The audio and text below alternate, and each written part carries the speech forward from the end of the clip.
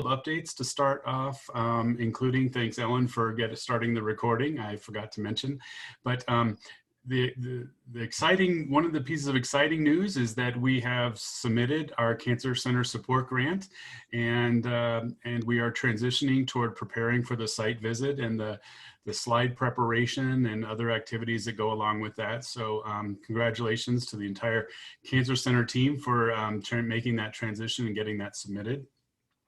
We also have a couple of upcoming talks. First off is going to be Dr. Laura Scherer, who is one of our mentored members in the Cancer Center and Cancer Prevention Control Program. She will be giving the Cancer Center-wide seminar next week, Tuesday the 16th, and she'll be talking about some of her work on decision-making and patient-centered care, and hopefully give us some insights into her new work that's recently R01 funded from the NCI. And then our next Cancer Prevention Control Program seminar will be presented by Dr. Karen Mustian from Rochester, talking about some of her research on physical activity and exercise among cancer survivors. And so we are looking forward to that presentation next month. So without further ado, I want to introduce Dr. Elizabeth Brown. She is a professor in the Department of Pathology at the University of Alabama, Birmingham, and co-leader of the Cancer Prevention Control and Population Sciences program there at the O'Neill Comprehensive Cancer Center. She is really an outstanding scholar. She has an undergraduate degree from Oregon and a master's in public health from Oregon Health Sciences, followed by her PhD from Johns Hopkins Bloomberg School of Public Health, and spent some time at the NCI and has been at UAB for quite a while, rising to the rank of full professor and quite a number of leadership roles at the institution. She's also an associate editor of 2 of the leading epidemiology journals, and was really a strong footprint in a couple of different areas of rheumatology as well as multiple myeloma, and we'll be talking a lot about her multiple myeloma work today. She's a really well-funded investigator. She is currently leading 3 R01s and looks to have a couple more on the way. So congratulations on those pending scores that have unbelievable numbers associated with them. So Dr. Brown, congratulations on those. So without further ado, I'm going to turn it over to Dr. Brown to talk about her work in multiple myeloma. So Beth. Thank you very much for that very kind introduction, and thanks to everyone for the opportunity to speak to you today. So I'm just going to take a couple seconds here to transition to my, whoops, I need to share.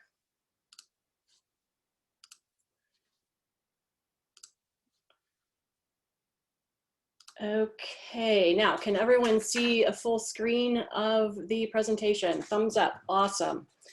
Okay, so again, thank you very much. It's a pleasure for me to speak to you today about some of the work that my colleagues and I have done and are currently doing with respect to characterizing the epidemiology of multiple myeloma and its asymptomatic precursor conditions, which collectively are known as plasma cell proliferative disorders.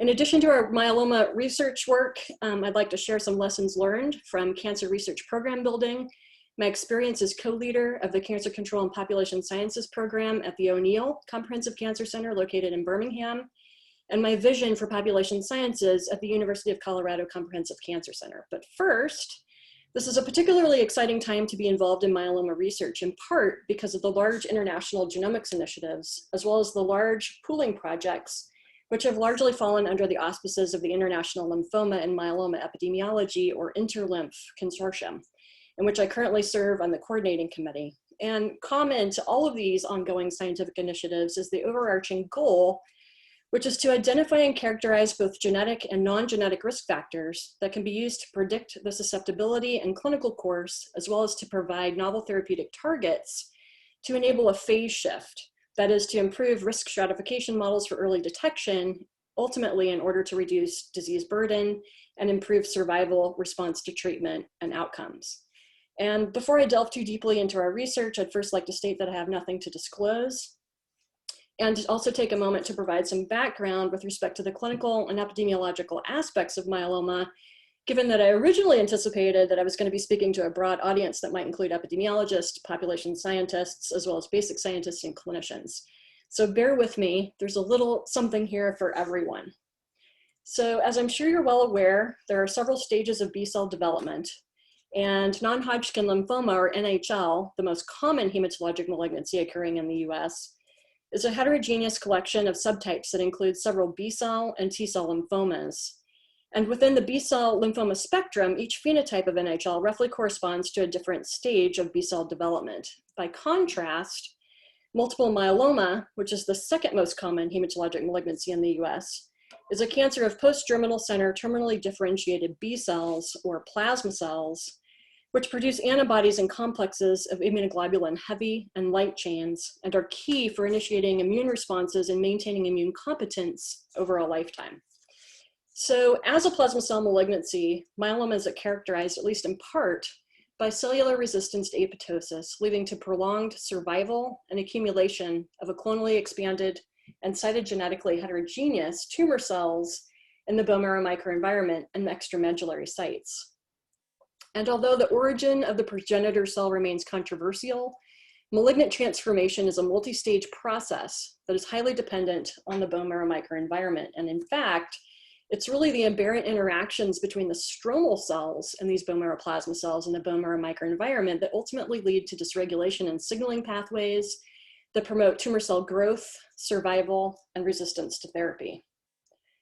The process of myelomogenesis is illustrated by this schematic and denotes signaling pathways that include cellular proliferation and apoptosis via several oncogenes and tumor suppressor genes, such as famous ones like TP53, CCND1, MMSET, MYC, as well as genes involved in the maintenance of long-lived plasma cells like BLIMP1, B-cell homeostasis, including the TNF receptor superfamily, including BAFF and APRIL, shown on the bottom right, and TACI, which is important, and I'll come back to that later in the discussion today, which are all mediated by an upregulation of cytokines, chemotactic factors, and growth factors that promote a pro-inflammatory milieu in the bone marrow microenvironment space, resulting in the formation of lytic lesions and skeletal destruction and end organ damage, which are used in part to define disease. So as I mentioned previously, myeloma is the second most common blood cancer in the US, accounting for about 10% of all hematologic malignancies and 2% of all cancers in Western countries. There are currently about 35,000 newly diagnosed myeloma cases per year, with rising prevalence leading to about 80,000 persons living with the disease. And we and others have shown that standardized incidence rates are consistent with an aging population, although the median age has decreased recently to about 69 years of age, and is typically two to threefold times higher among Black Americans compared to white Americans. That is about 13 per 100,000 persons per year versus about 5 per 100,000 persons per year, respectively, and higher among men, about twofold, for reasons that remain unclear.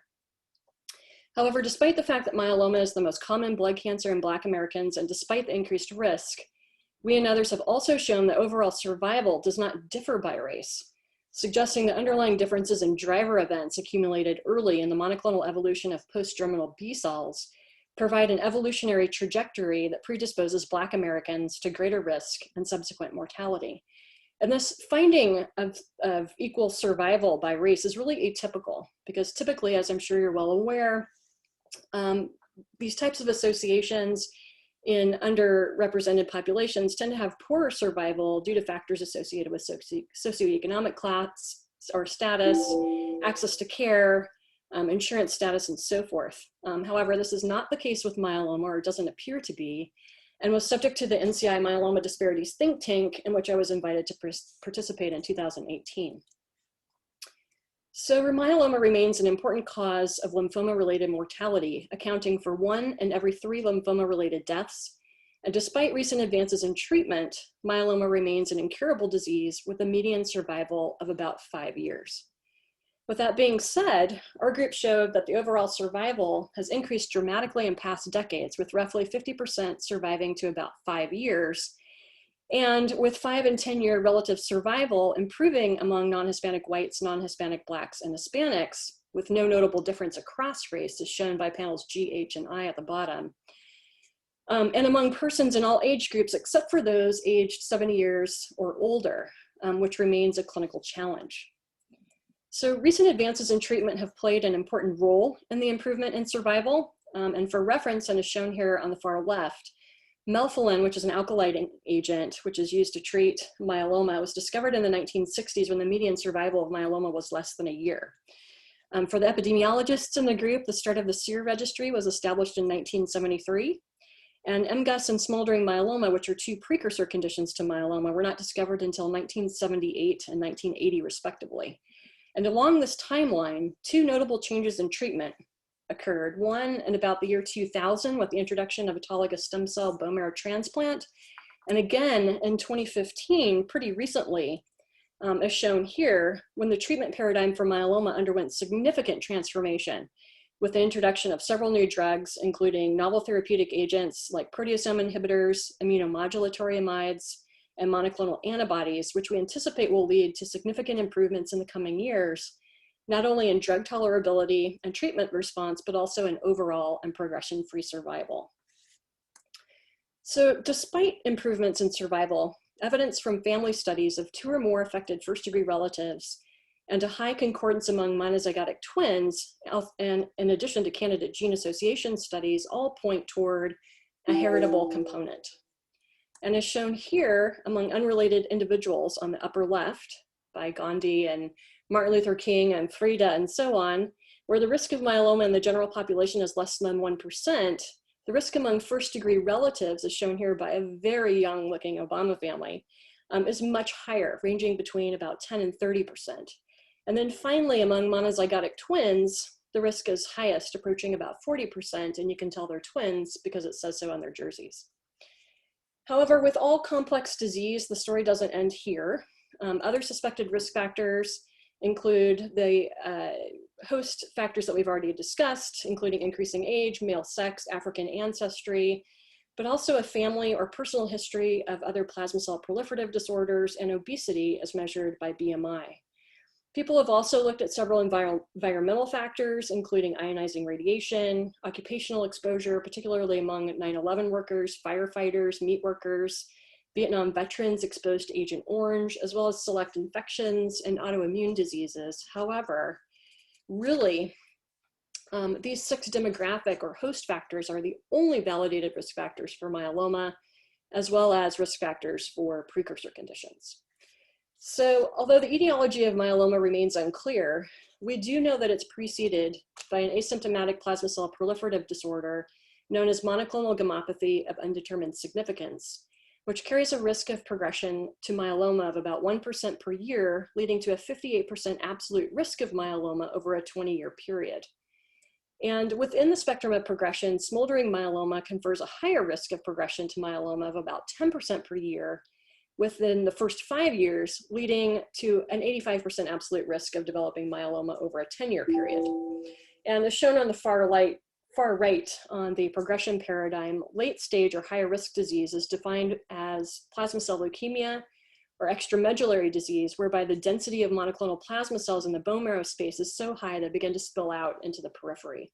And these late stage phenotypes are really rare. It's about 1 to 2 per 100,000 persons per year. And the progression is illustrated here, whereby the probability of developing myeloma from MGUS, shown on the bottom, in the first 5 years is about 5%, whereas the probability of developing myeloma from smoldering myeloma is about 50% over the same time frame.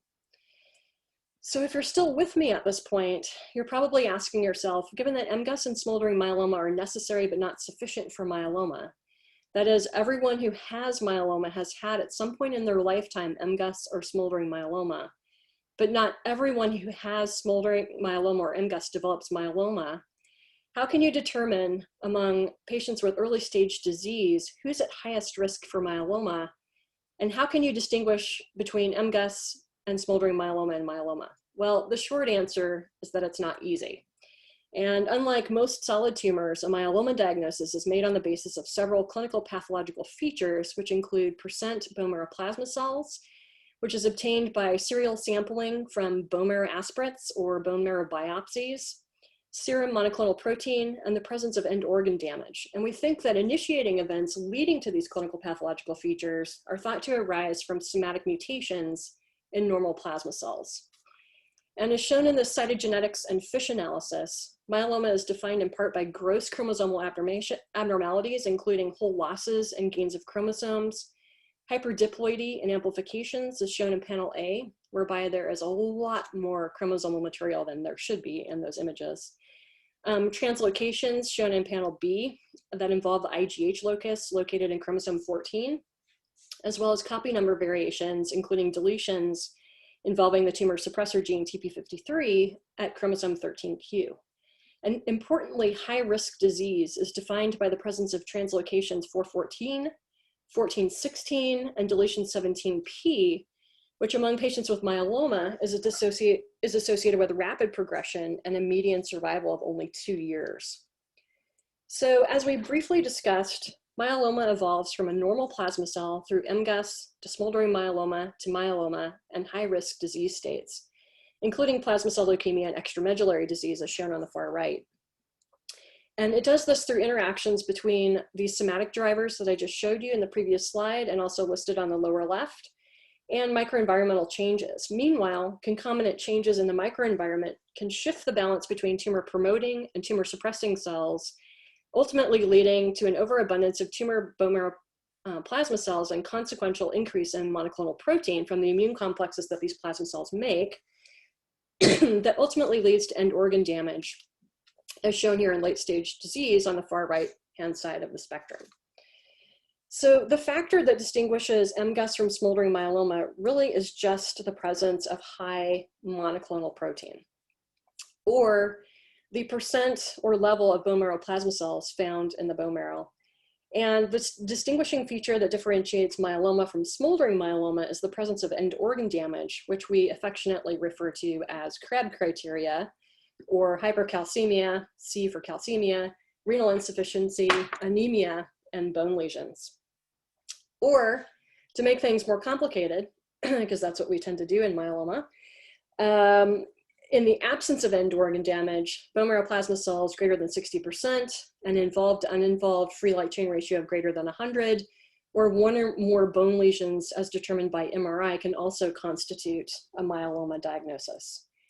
And these histology slides taken from the same person at 2 diagnostic time points, that is, a person when they had MGUS, and then at some point later in time when the same person developed myeloma, really underscores the increase in large nucleated clonal plasma cells present in myeloma, shown by the green highlighted cells there, resulting in large numbers of light chain shown by the blue images at the bottom, lambda and kappa, resulting in an increase in monoclonal protein and end organ damage. So why am I spending so much time on diagnosis? Who cares, right? Well, one, as an epidemiologist, I care a lot about case definition and the ability ultimately to minimize case misclassification and heterogeneity, ultimately in order to improve the validity of our findings. And two, there's huge opportunity here to improve how we diagnose and classify patients in order to improve early detection and intervention, leading to better survival and outcomes. And finally, the stepwise evolution really provides an ideal model for identifying powerful biomarkers of both early disease susceptibility and progression, enabling clinically impactful improvements. But remember, as I mentioned earlier, current clinical practice depends on the surveillance of monoclonal protein and percent bone marrow plasma cells, as well as chromosomal abnormalities that I showed you earlier in the talk, as the basis of MGUS and myeloma management. However, their use as effective biomarkers is really limited because monoclonal protein and percent bone marrow plasma cells by definition are either not present or are present at low frequency in early stage disease like MGUS. And a small proportion of patients have no measurable monoclonal protein at all because they have non-secretory or oligosecretory disease. And in addition, obtaining the CD138 positive bone marrow plasma cells from the bone marrow is technically challenging because the morphology is spatially heterogeneous, with different disease distributions and bone marrow plasma cell densities, as well as genomic profiles present in different lesions within the same individuals at the same time, let alone across individuals, therefore really resulting in a significant diagnostic challenge. So by discovering new blood-based biomarkers with improvements in positive predictive value, we can really offer a significant advantage in time, cost, feasibility, and minimizing risk to the patient, because we would move to a non-invasive, high throughput paradigm over the current paradigm, which includes bone marrow biopsies and aspirates done serially over time.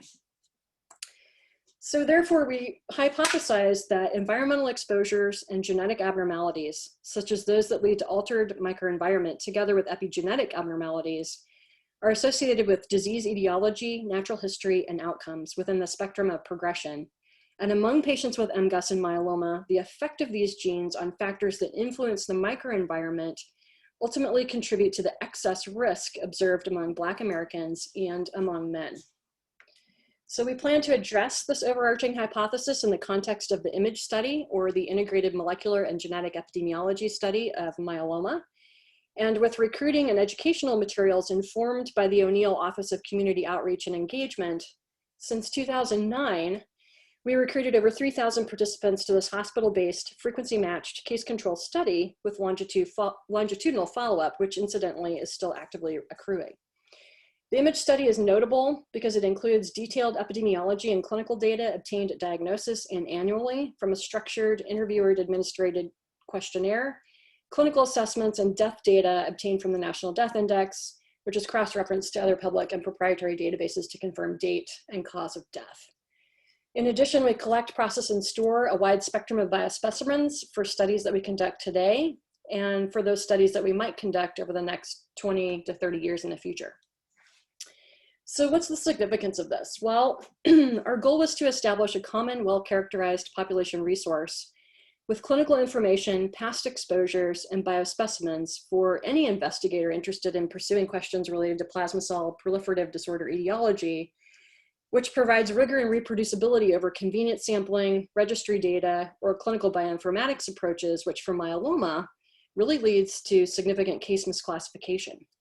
So IMAGE is unique because we have a wide spectrum of deep data and biospecimens from a diverse population of Black and white Americans that can be pooled with other similarly designed studies to evaluate high priority phenotypes or outcomes that occur at a lower frequency, as well as to address key questions for understanding the disparity observed by ancestry.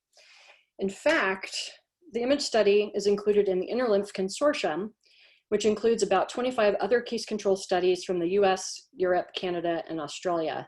And there are several completed studies and a few that remain ongoing that are noted there in yellow and blue font at the bottom.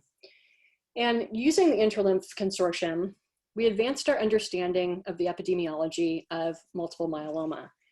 For example, we evaluated smoking history relative to the risk for myeloma. And just briefly stepping back for a second, for those of you who may not be familiar with forest plots, they provide a way to illustrate a summary statistic from meta-analyses whereby essentially the weighted mean risk estimate is shown at the bottom, usually by a diamond or a dot with confidence bounds, which is also highlighted here for ease of reference. And in these figures, if the confidence bounds crosses the midline, denoting an odds ratio or a risk estimate of 1, then no significant relationship exists between the exposure of interest, which here is smoking history, and your outcome, which here is myeloma. So getting back to this, in this meta-analysis that included 9 Interlymph studies that yielded just over 1,400 myeloma cases and 6,700 controls of European descent, we found no notable influence of cigar or cigarette smoking with risk of myeloma. So the take-home message here is that there's no significant relationship between smoking and myeloma risk. So epidemiologist 0, myeloma 1. Next up, we evaluated the risk of myeloma relative to alcohol consumption stratified by sex, where risk estimates for men are shown on the left and risk estimates for women are shown on the right. And among ever drinkers, also of European descent, we report a modest protective effect of alcohol consumption on the risk of myeloma with a similar magnitude of effect demonstrated for both men and women. So there was about a 30% reduction in men and about a 20% reduction in women. We did not see, however, any effect by duration or frequency. And because of the lack of granularity of data, that really prevented us from evaluating type of alcohol consumed. Thus, in summary, we observed a modest protective effect of drinking alcohol on myeloma risk, albeit not likely to be clinically significant. So I really can't condone that you go home tonight and drink an extra bottle of wine. Next up, we evaluated the influence of reproductive factors on the risk of myeloma in order to gain a better understanding of the disproportionate risk observed by sex. This study, however, was restricted to women only because reproductive factors were recorded for women only, and that's pretty typical in epi studies. And we looked at several different things. We looked at parity, gravidity, ever hormone contraceptive use, and hormone replacement therapy. And these findings were also uninspiring, leading us to conclude that there's really no significant relationship between parity, gravidity, oral contraceptive use, or hormone replacement therapy with risk of myeloma among women. We also evaluated obesity as measured by BMI in young adulthood and usual adulthood, as defined by greater than 2 years before a myeloma diagnosis, on the risk of myeloma, and found that BMI-associated increases in myeloma risk were highest for individuals who were overweight or obese throughout adulthood. And these findings were later confirmed in a population-based cohort led by Graham Kolditz's group, whereby obesity significantly hastened the transformation from MGUS to myeloma, and this effect was greater in African Americans or Black Americans compared to white Americans. And collectively, these findings really provide the strongest evidence to date that BMI may increase multiple myeloma risk and suggest that healthy BMI maintenance throughout life may confer an added benefit of myeloma mitigation, particularly in high-risk risk groups. Finally, in a meta-analysis of interlinked studies, we showed that a family history of myeloma in one or more first-degree relatives was associated with a 30% increased risk of myeloma. However, when we conducted this analysis restricted to the image study alone, we found that this magnitude of effect was notably higher among non-Hispanic Blacks than non-Hispanic whites, about 21-fold compared to 2-fold respectively, which was later confirmed by Linda Brown's group at NCI and showed a similar magnitude of effect. Ultimately, this suggests that persons with first-degree family members diagnosed with myeloma are at increased risk for myeloma, and the magnitude of this effect is greater among Black Americans. This is an important finding because these findings ultimately led to a change in O'Neill practice, whereby family history is now more systematically obtained in the clinic. And we're working now with the O'Neill Office of Community Outreach and Engagement to design and implement an educational or awareness program targeted toward high-risk groups. Also using the image study, we showed that Black Americans were younger at diagnosis than their white American counterparts, and that Black Americans typically present with less advanced disease at diagnosis, with fewer bone lesions but more anemia, and have lower frequencies of IgH translocations, which are typically associated with rapid progression, yet higher frequency of hyperdiploidy, which are all consistent with a more favorable outcome. Again, despite the fact that myeloma is the most common blood cancer among Black Americans, the standardized incidence rates are 2 to 3-fold higher among Black compared to white Americans, and Black Americans typically present at an earlier age of onset. We really see no difference in 5-year survival rates by race. And ultimately, I think this really points to, even after adjusting for factors related to socioeconomic status, access to care, insurance status, things like that. And I think the disparity really suggests an underlying difference in driver events accumulated early in the monoclonal evolution of post-germinal B cells, which may provide an evolutionary trajectory that predisposes Black Americans to greater risk and ultimately mortality. So that sort of sums up what we know about the quintessential bread and butter epidemiology of multiple myeloma. And now on to genomics. So this is a summary slide of all the known and validated somatic and germline variants important for myeloma risk. And in the follow-up to the family history studies that I showed you just a couple of slides before, and shown here as denoted in the green boxes and off to the right-hand side, we confirmed 23 germline myeloma susceptibility loci in the first GWAS that included both Black and white Americans, and this was led by Wendy Cousin. The top 3 genes shown on the top there, including DNTB, ULK4, DNAH11, showed consistency among persons of both African and European ancestry, as did a new loci, TACI, which is of interest because it plays a role in TNF receptor superfamily for B-cell homeostasis and was described earlier in the myeloma genesis or pathogenesis slide having a significant role in B-cell homeostasis, and because it's also strongly associated with chronic variable immune deficiency, which is a phenotype that we think has a shared etiology with myeloma.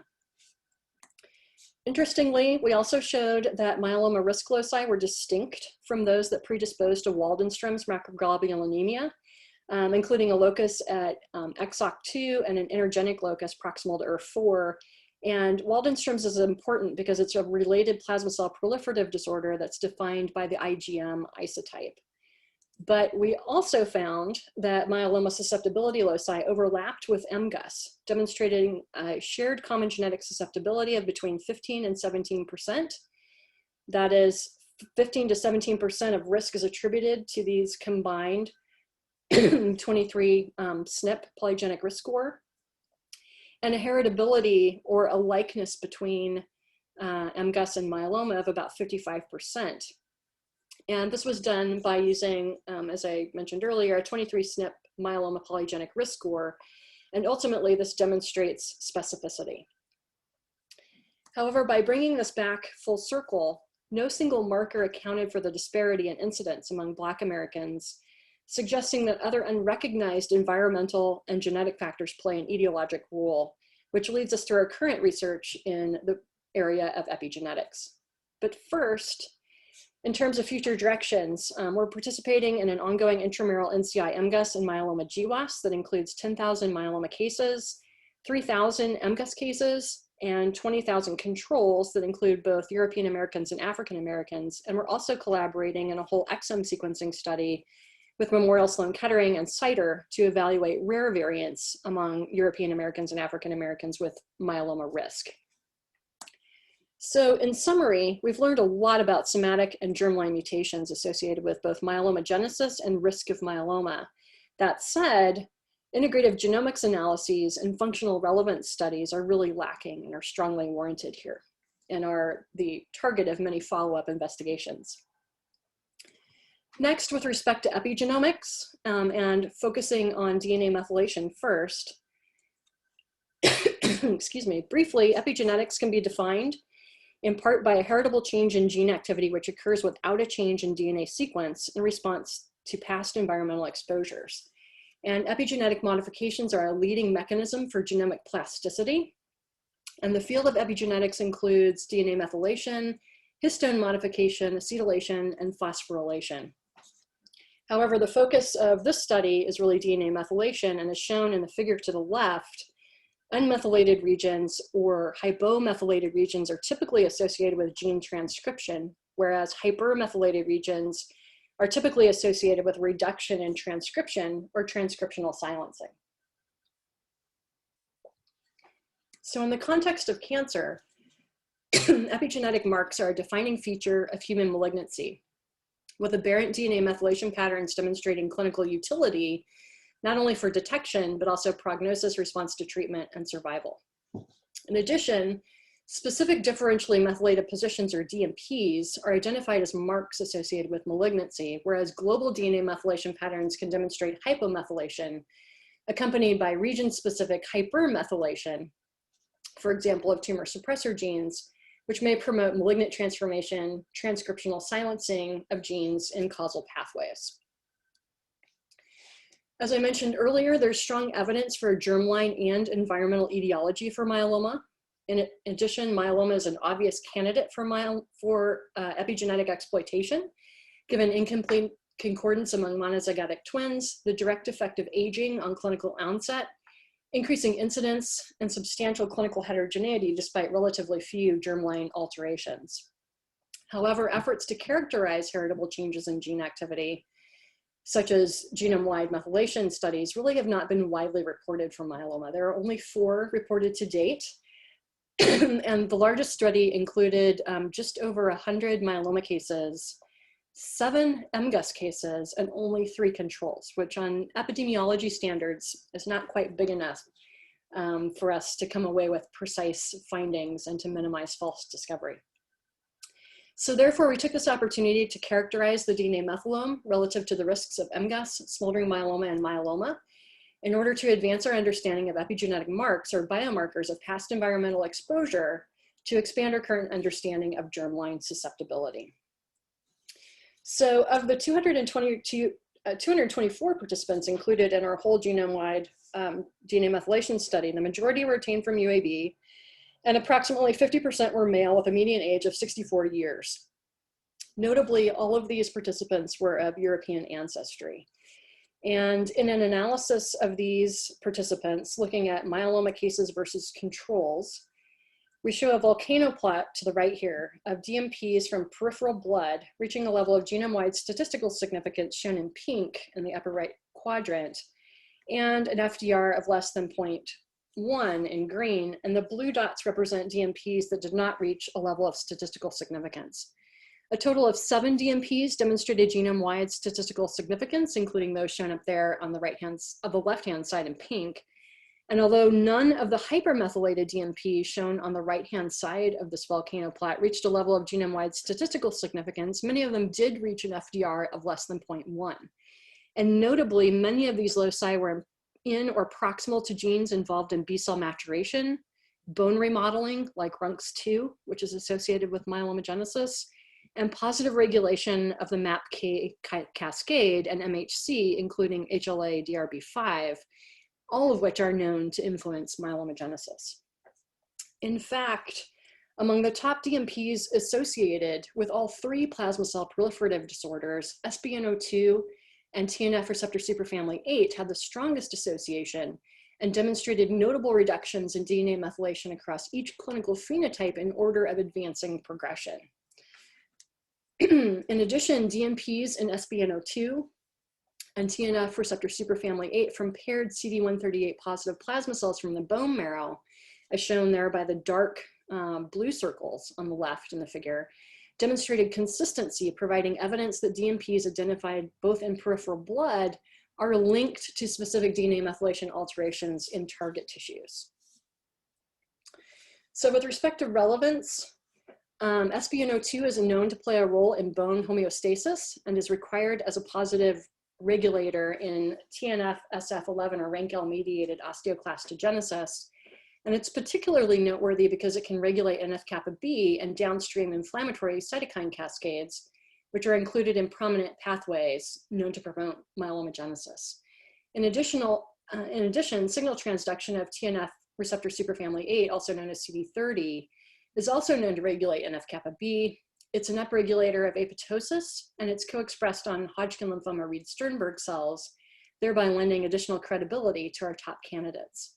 Finally, aberrant DNA methylation was also observed in greater than 90% of the validated 23 germline variants that I showed you earlier, as well as greater than 90% of the somatic variants, providing external validation of these preliminary findings. We also conducted a pathway enrichment and functional network analysis. And with respect to the pathway enrichment analyses, these analyses corresponded to genes enriched for several categories of biological processes, including cancer, good thing, right? Fc gamma receptor mediated phagocytosis, natural killer cell mediated cytotoxicity, cell cycle control and proliferation, and tumor adhesion.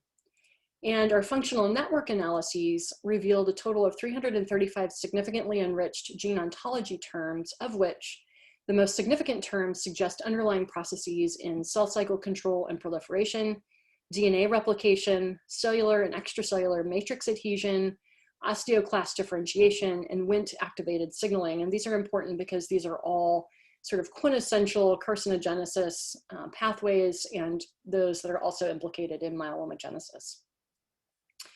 So in summary, preliminary findings suggest that epigenome-wide differentially methylated positions, or DMPs, may be relevant to events underlying the progression from asymptomatic or early stage to advanced stage disease.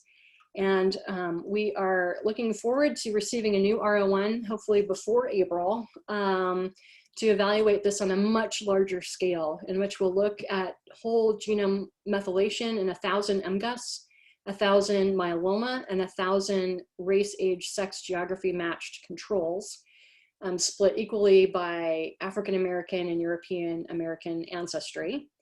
We will fine map the top hits using bisulfite sequencing, and we'll impute methylation quantitative trait loci and 33,000 MGUS and myeloma cases and controls from the concurrent intramural NCI GWAS data that will become available later this year.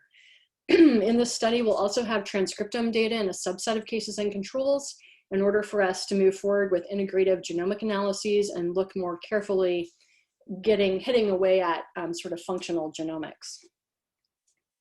So next, with respect to epigenomics, I want to talk a little bit about microRNAs.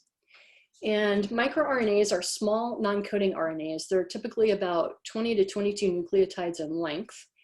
And they're well known to play a critical role in tumor biology by regulating cell-cell communication and post-transcriptional expression of genes involved in oncogenic, tumor suppressor, and metastatic pathways.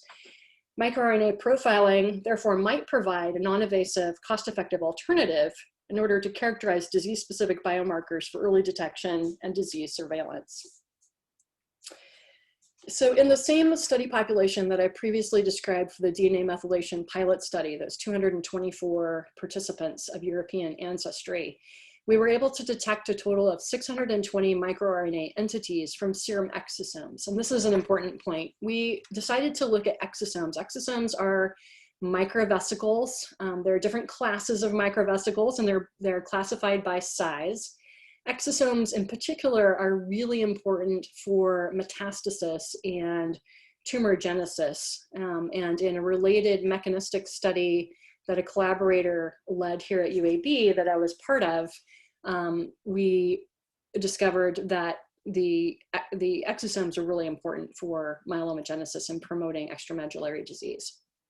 So we decided to look at these microRNAs in serum exosomes because they're really important for cell-cell communication and driving the late-stage disease process.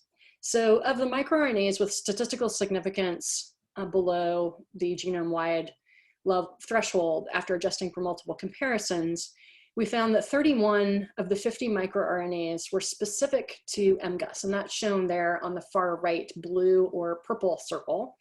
And 16 of 34 were specific to smoldering myeloma, as shown by the green circle.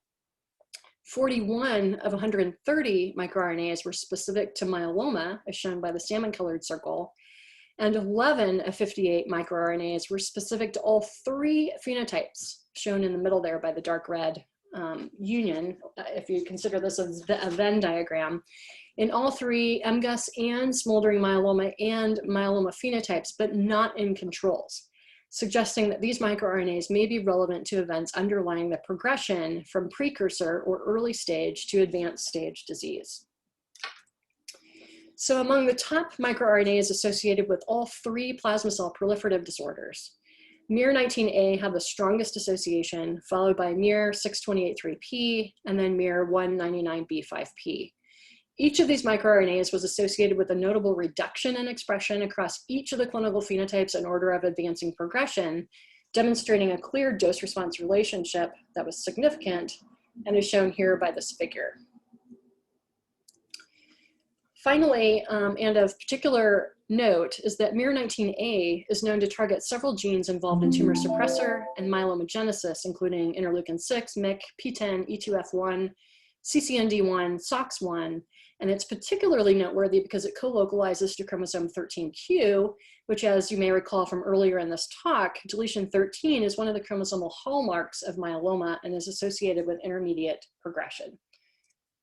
So in summary, preliminary findings suggest that aberrantly expressed microRNAs may be relevant to events underlying the progression from early to late stage disease.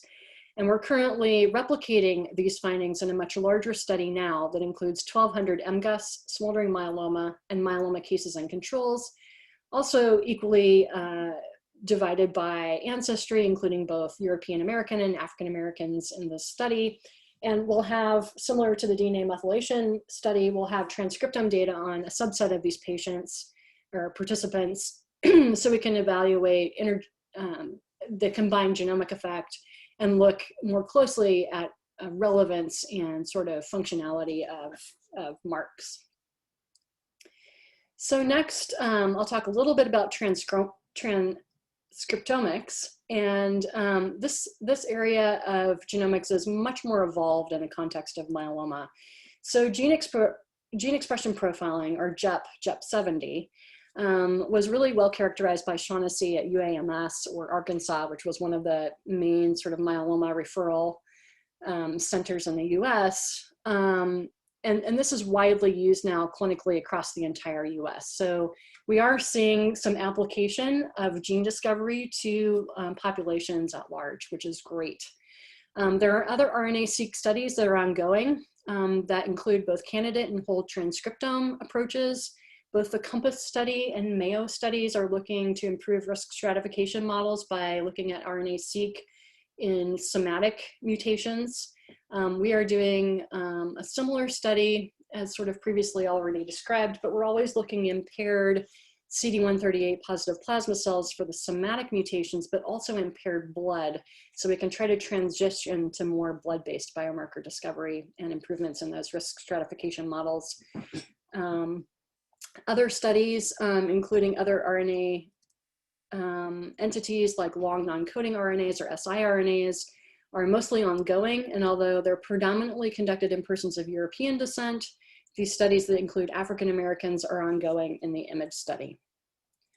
With respect to gut microbiome and in the inflammasome, this study is brand new and also will be funded around the same timeline. And it's led by Gareth Morgan at NYU, and I'm a subcontractor to him. We're establishing a smoldering myeloma cohort in which, again, we plan to look carefully at the interaction between diet, BMI and obesity, gut microbiome, and the inflammasome to look for markers for early stage disease in order to intervene earlier and improve outcomes and overall and progression-free survival. Finally, with respect to metabolomics, proteomics, and lipidomics, these areas are way less involved. In fact, there are less than 200 publications available currently in PubMed, which leads me to believe that there is lots of room to expand. So in summary, these ongoing studies suggest that genetic differences may advance biomarker discovery and enabling improved diagnostics and prognostics, which will facilitate our ability to define patients who progress from high-risk precursor disease like MGUS to frank myeloma, enabling a phase shift in order to improve risk stratification models. And in the absence of a single marker with sufficient positive predictive value, improving our understanding of both somatic and germline genetic marks together with epidemiologic risk factor data could promote the development of a new paradigm for integrative signature monitoring that will improve risk stratification models for early detection, disease classification, and provide more effective therapeutic targets. So this really concludes the myeloma component of this talk. And I've been asked to reflect, pun intended here, and share a few thoughts about population sciences at the University of Colorado Comprehensive Cancer Center. And drawing upon all of my experiences, including those in establishing the clinical trials infrastructure as part of the NCI designation team at the Oregon Cancer Center, now the Knight Cancer Institute, to developing, initiating, and maintaining my own 2 NIH-funded research programs, one of which I shared with you today, to my experience in leading and energizing diverse groups of people toward a common goal, and my leadership roles in the Interlymph Consortium, as well as co-leader for cancer control and population sciences at O'Neill. And importantly, after listening to many of you, I've taken the liberty of modifying a version of the cancer control continuum, which I know we all keep near and dear to our hearts in population sciences, to reflect the strengths of population sciences at the University of Colorado Comprehensive Cancer Center and outline opportunities. So Kathy, you've done a great job in laying the foundation for population sciences there. And although I'm still learning, there are clear strengths, particularly on the right side of this continuum, including prevention with tobacco control, chemoprevention, HPV vaccination, and other programs, early detection, including lung cancer screening, diagnosis, treatment, survivorship, and end-of-life aspects. But there is some room to grow on the left side of the continuum in the etiology, natural history, and outcomes space, or cancer epidemiology. And all of these can really be connected via common themes of health disparities research relevant to the Colorado State catchment area, including urban and rural differences, native populations, other populations relevant to the Colorado catchment area, intervention, efficacy testing, implementation and dissemination science, healthcare delivery, policy, and yes, surveillance, big data, and epidemiology. And based on my conversations, I envision enabling sustained growth of existing population science research and also enabling new growth by capitalizing on the Office of Community Outreach Engagement. And I would encourage quarterly meetings between the COE and advisory board, population sciences leadership, as well as members, the constituents of the Cancer Center, in order to ensure our science is impactful and meeting the needs of our catchment area.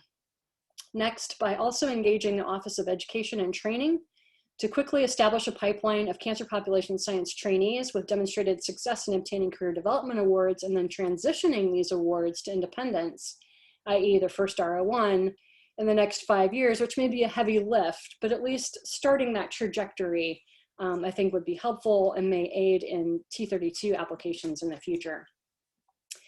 Next, influencing to the extent possible for the allocation of faculty development pilot funds for priority population scientific areas, as well as for cultivating program project grants or spores, perhaps in leukemia, because I understand there's a strong bolus of expertise in that area, but maybe one day other hematologic malignancies or solid tumors as well. Next, effectively interacting with Cancer Center and institutional leadership to push the envelope on finding new ways to promote impactful population science. So for example, making further inroads with our state health department, the state cancer registry, and perhaps entertaining an application to become a SEER registrar. And finally, to utilize the expertise of the Four Corners Consortium, the other program leaders and members, as well as new inroads in statistical genetics, clinical bioinformatics, and bioinformatics to foster interprogrammatic collaborations and of course promote the translation to mechanistic studies and the use of biomarkers in our population studies, and enable new interventions, implementation and dissemination science and public policy in order to make the biggest impact in our catchment area priority cancers in the state of Colorado.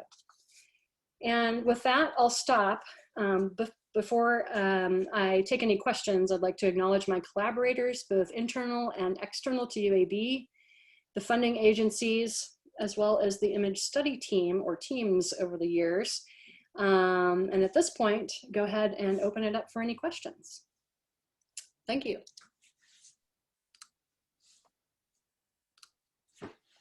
Thanks, Beth. Really terrific, and for sharing all your insights into multiple myeloma, as well as starting to think about some of the cancer prevention control related topics. I see a number of our folks have popped on. And James, does that mean you have a question? I do. Yeah, great talk, Beth. It's fantastic. Really, a tour de force of genomics as well as epidemiology. So I have a question going back to the GWAS results. You know, Yeah. MT3A and a few others. And I may have just missed it, but do you know the directionality of those polymorphisms? In other words, is the polymorphism in DNMT3A associated with higher risk? Is that associated with less expression, more expression? And also, is there a differential in terms of how common that polymorphism is in African Americans relative to the white population? Yeah, so that particular polymorphism, I actually forget. I'm embarrassed. I forget the direction of functionality there. It is an area where people are following up. Amazingly, of all those 23 loci, really only the top 3 reached a level of genome-wide statistical significance. So to minimize false discovery, we're really just focused on those 3 loci. We, shockingly did not see a difference in allele frequency distributions by race for those top 3. Usually you expect to see something, at least in the MHC, that pops out that's different by race, and we saw nothing. So it really underscores what I think is more gene environment interaction or epigenetic modifications that are underscoring the difference in risk. But I can get back to you with respect to that gene. I knew much more about it when those studies first came out in 2012, and our focus has sort of shifted, and I forgot what the directionality was. Right, because we studied the context of AML, so that's the okay. Yeah, okay, awesome. Great, I'll definitely follow up with you.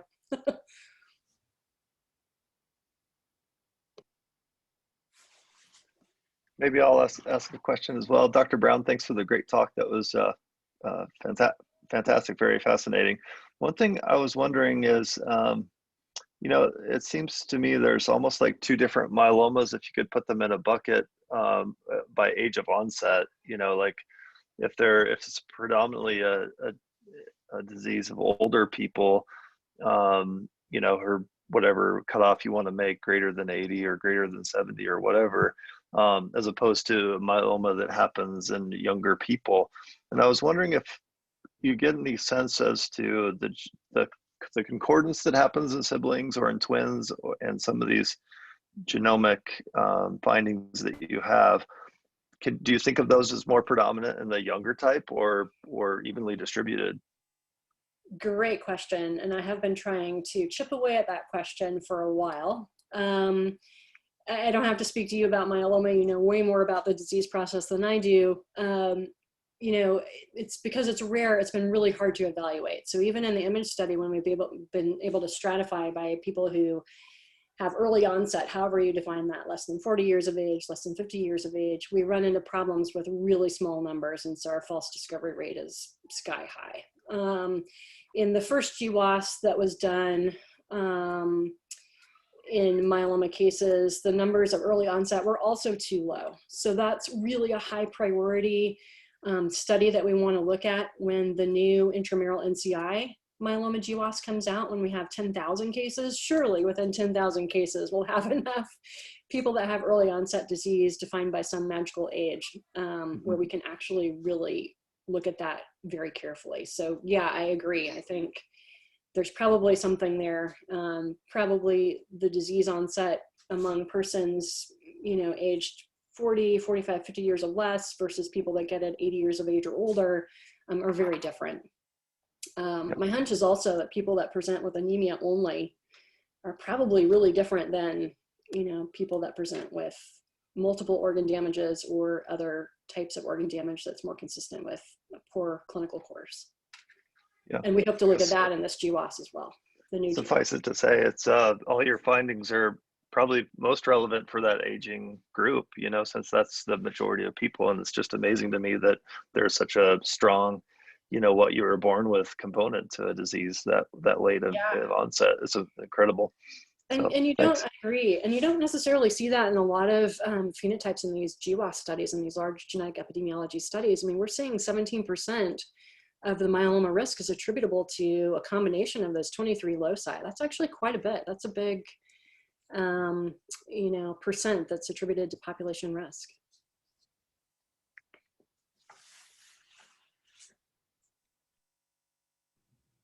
Yeah, so often GWAS studies, they find 1,000 loci that explain 1% of the, like height is one of those great examples. Incredibly, inherited. It's clearly inherited. Everyone can just see it with their eyes. And yet defining any loci that explains even a teeny fraction of I wouldn't call that risk, but it's a nightmare. And so, yeah, your results are really dramatic, and such a large component of risk is inherited. And yet, as Dan was saying, it's not manifested till late in life. Right. Which may explain. Well, is it? I'm sorry? Or is it? I think that's the billion-dollar question now, right? Is, are there clones that are circulating? Right.